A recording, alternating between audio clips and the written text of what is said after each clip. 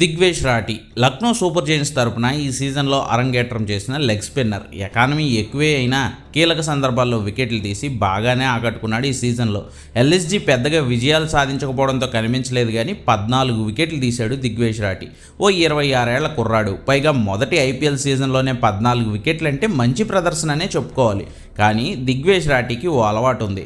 ఎవరైనా బ్యాటర్ని తను అవుట్ చేస్తే వాళ్ళ దగ్గరికి వెళ్ళి నోట్బుక్లో పేరు రాసి చించేసా అన్నట్లు నోట్బుక్లో సెలబ్రేట్ చేస్తాడు ఒకటి.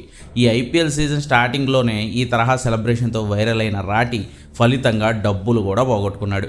పంజాబ్ మీద మ్యాచ్లో ప్రియాంష్ ఆర్యా మీద ముఖం మీదకి వెళ్ళి ఇలాగే నోట్బుక్ సెలబ్రేట్ చేస్తే అది ఫస్ట్ టైం కాబట్టి మ్యాచ్ ఫీజులో 25% ఫైన్ పడింది. 1,87,000 రూపాయలు ఫైన్ కట్టాడు. మళ్ళీ అప్పుడే 4 రోజుల తర్వాత ముంబై మ్యాచ్లో నమందీర్ మీద సేమ్ టు సేమ్ సెలబ్రేషన్ చేశాడు. ఈసారి 50% మ్యాచ్ ఫీజు అంటే 3,75,000 రూపాయలు ఫైన్ పడింది. అంటే అక్కడికే 5 లక్షల పైన ఫైన్ కట్టాడు దిగ్వేష్ రాఠీ.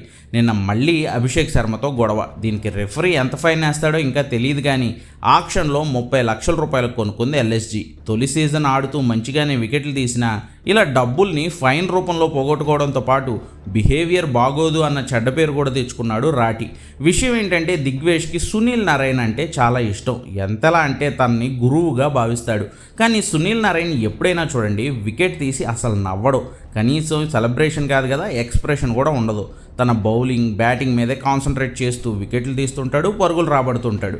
మరి అలాంటి నారాయణ్ను గురువులా భావించే దిగ్వేష్ మాత్రం వికెట్లు తీసిన ఈ కాంట్రవర్షియల్ నోట్బుక్ సెలబ్రేషన్తో కష్టపడి సంపాదించుకున్న డబ్బులు పోగొట్టుకుంటున్నాడు.